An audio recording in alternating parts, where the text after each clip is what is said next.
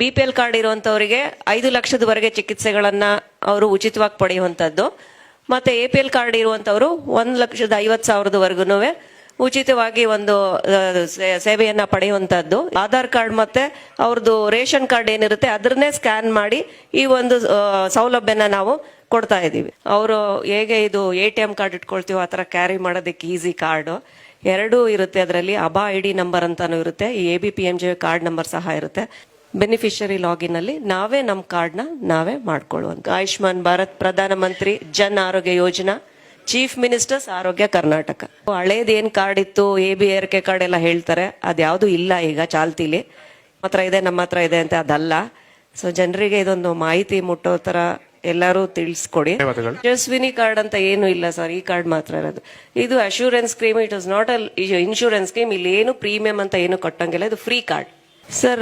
ಈಗ ಅದಕ್ಕೆ ಹೇಳ್ತಾ ಇರೋದು ನಾವೇ ಮಾಡ್ಕೊಳ್ಬಹುದು ಸರ್, ನಮ್ಮ ಫೋನಲ್ಲಿ ನಾವೇ ಮಾಡ್ಕೊಂಡ್ಬಿಡ್ಬೋದು. ಅರ್ಹತಾ ರೋಗಿಗಳು ಅಂದ್ರೆ BPL ಕಾರ್ಡ್ ಏನು ನಮ್ಮ 2013 ಆಹಾರ ಭದ್ರತೆ ಕಾಯ್ದೆಯಲ್ಲಿ BPL ಕಾರ್ಡ್ ಅಂತ ಯಾರು ಇದಾಗಿದೆ ನಾಮಿನೇಟ್ ಆಗಿದ್ದಾರೆ ಅಂತವರಿಗೆ, ಮತ್ತೆ APL ಕಾರ್ಡ್ ಅಂತ ಹೇಳ್ಬಿಟ್ಟು ಸಾಮಾನ್ಯ ರೋಗಿಗಳು ಅಂತ ಹೇಳಿದ್ರೆ APL ಕಾರ್ಡ್ ಇರುವಂತವ್ರು.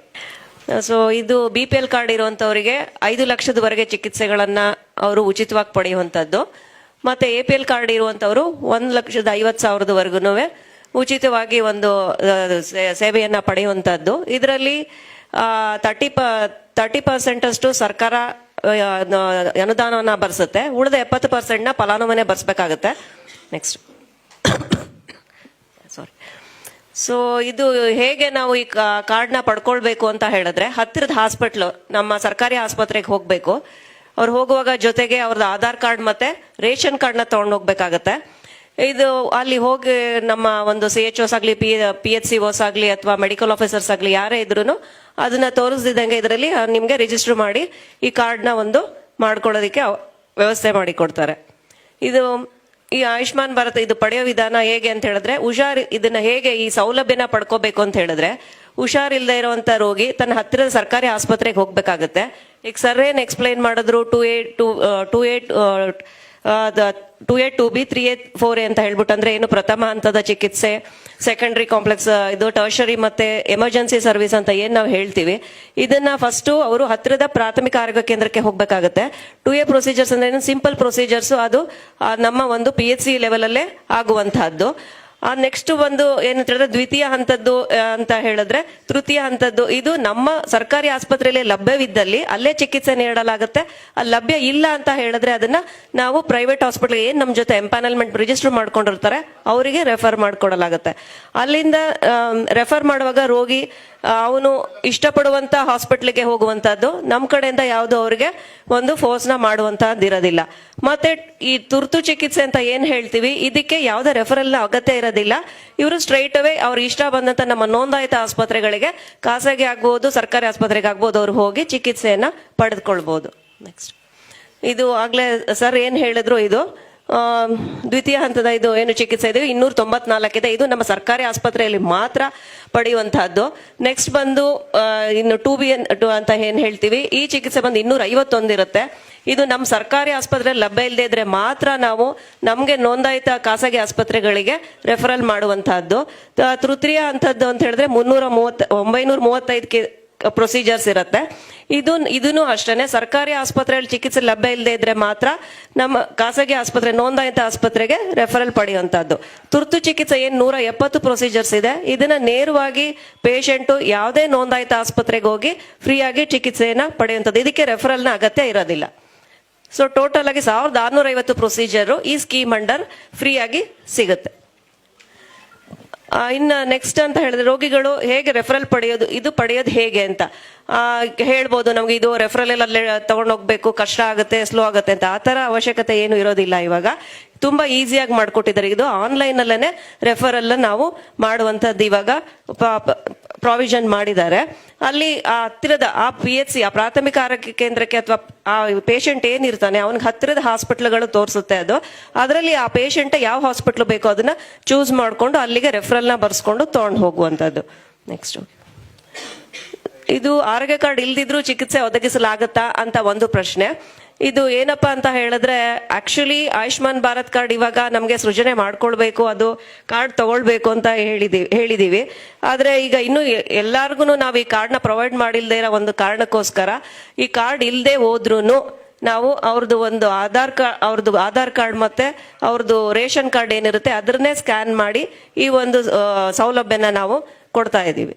ನೆಕ್ಸ್ಟ್, ಸೊ ಇದು ಎಲ್ಲಿ ನಾವು ಸಂಪರ್ಕಿಸಬೇಕು, ಎಲ್ಲಿ ಇದ್ರದ್ದು ಮಾಹಿತಿ ಸಿಗುತ್ತೆ ಅಂತ ಹೇಳಿದ್ರೆ ಎಲ್ಲಾ ಸರ್ಕಾರಿ ಆಸ್ಪತ್ರೆ, ನಮ್ಮ ತಾಲೂಕು ಆಸ್ಪತ್ರೆಗಳಲ್ಲಿ ಮತ್ತೆ ಅಲ್ಲಿರುವಂತಹ ಆರೋಗ್ಯ ಮಿತ್ರರು, ಜಿಲ್ಲಾ ಆಸ್ಪತ್ರೆ, ನಮ್ಮ ಎಲ್ಲ ರಿಜಿಸ್ಟರ್ಡ್ ಹಾಸ್ಪಿಟ್ಲ್ಗಳ ಆರೋಗ್ಯ ಮಿತ್ರರು, ಟೋಲ್ ಫ್ರೀ ನಂಬರ್ ಸಹ ಇದೆ, ಆರೋಗ್ಯ ಸಹಾಯವಾಣಿ ಇದೆ.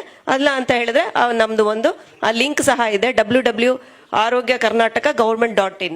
ಇದರಲ್ಲೂ ಸಹ ಇದರ ಮಾಹಿತಿಯನ್ನ, ಹೆಚ್ಚಿನ ಮಾಹಿತಿಯನ್ನ ಎಲ್ಲರೂ ಪಡೆದುಕೊಳ್ಬಹುದು. ಎಲ್ಲರಿಗೂ ತಿಳಿದಿರೋ ಹಾಗೆ ಮುಂಚೆ ಇದನ್ನ ಕಾರ್ಡ್ನ ಗ್ರಾಮ ಒನ್, ಈ common service centre, Dharmasthala, Karnataka one, ಈ ತರ ಈ ಒಂದು ಇವ್ರಿಗೆ ನಾವು ಆಪರೇಟರ್ ಲಾಗಿನ್ ಅಲ್ಲಿ ಮಾಡೋದಕ್ಕೆ ಈ ಒಂದು ಕಾರ್ಡ್ ಮಾಡೋದಕ್ಕೆ ಪ್ರಾವಿಷನ್ ಇತ್ತು. ಈಗ ಒಂದು ನವೆಂಬರ್ ಇಂದ ಏನ್ ಮಾಡಿದ್ದಾರೆ ಸರ್ಕಾರ ಅಂತ ಹೇಳಿದ್ರೆ ಸೆಲ್ಫ್ ರಿಜಿಸ್ಟ್ರೇಷನ್ ಅಂದ್ರೆ ಸ್ವಯಂ ಸೃಜನೆ, ಕಾರ್ಡ್ನ ಸ್ವಯಂ ಸೃಜನೆ ಮಾಡ್ಕೊಳ್ಳುವಂತ ಒಂದು ಪ್ರಾವಿಷನ್ ನ ಮಾಡಿಕೊಟ್ಟಿದ್ದಾರೆ.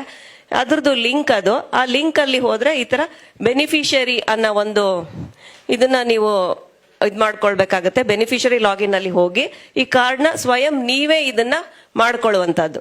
ಯಾರ ಹತ್ರ ರೇಷನ್ ಕಾರ್ಡ್ ಇರುತ್ತೆ ಆಧಾರ್ ಕಾರ್ಡ್ ನಂಬರ್ ಹಾಕಿ ಈ ಒಂದು ಕಾರ್ಡ್ನ ನೀವೇ ನಿಮ್ಮ ಫೋನ್ನಲ್ಲಿ ಇದನ್ನ ಮಾಡ್ಕೊಳ್ಳುವಂತದ್ದು, ಆನ್ಲೈನ್ ಅಲ್ಲಿ ನೀವೇ ಮಾಡ್ಕೊಳ್ಳುವಂಥದ್ದು. ಇದನ್ನ ನವೆಂಬರ್ ಇಂದ ಎಲ್ಲರಿಗೂ ಗೊತ್ತಿರೋ ಹಾಗೆ ನಿನ್ನೆ ನಮ್ಮ ಮಾನ್ಯ ಮುಖ್ಯಮಂತ್ರಿಗಳು ಈ ಕಾರ್ಡ್ ಅನ್ನ ಈಗ ಹೊಸದಾಗಿ ಇದು ನವೀಕರಣಗೊಂಡಿದೆ, ಹೆಸರು ಆಗಿದೆ ಇದು ಆಯುಷ್ಮಾನ್ ಭಾರತ ಪ್ರಧಾನಮಂತ್ರಿ ಆರೋಗ್ಯ ಯೋಜನೆ,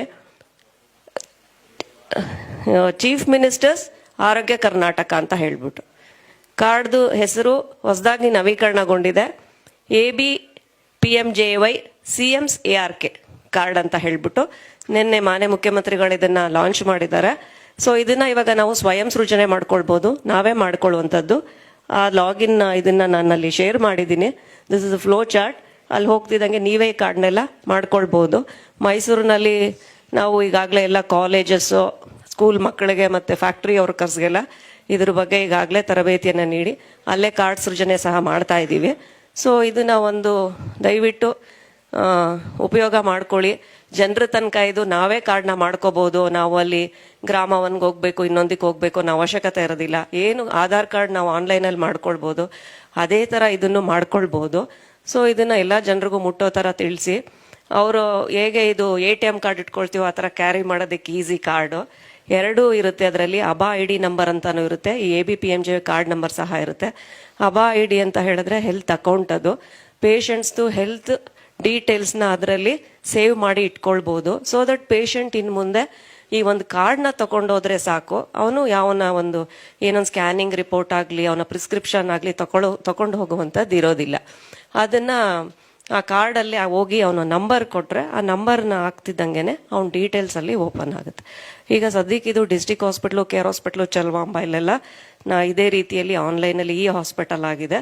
ಅವ್ರದ್ದು ಪೇಷಂಟ್ ಡೀಟೇಲ್ಸ್ ಎಲ್ಲಾನು ಅದರಲ್ಲೇ ನಾವು ಇಡ್ತಾ ಇದ್ದೀವಿ. ಸೊ ಪೇಷಂಟ್ ಈಸಿಯಾಗಿ ಈ ಒಂದು ಕಾರ್ಡ್ ಇಟ್ಕೊಂಡು ಕರ್ನಾಟಕದಲ್ಲಿ ಮಾತ್ರ ಅಲ್ಲ, ಇಡೀ ದೇಶದಲ್ಲಿ ಎಲ್ಲಿ ಬೇಕಾದರೂ ಈ ಒಂದು ಕಾರ್ಡ್ನ ಈಸಿಯಾಗಿ ಕ್ಯಾರಿ ಮಾಡ್ಬೋದು, ಎಲ್ಲಿ ಬೇಕಾದ್ರೂ ಅವನು ಫ್ರೀಯಾಗಿ ಟ್ರೀಟ್ಮೆಂಟ್ ತಗೋಬಹುದು.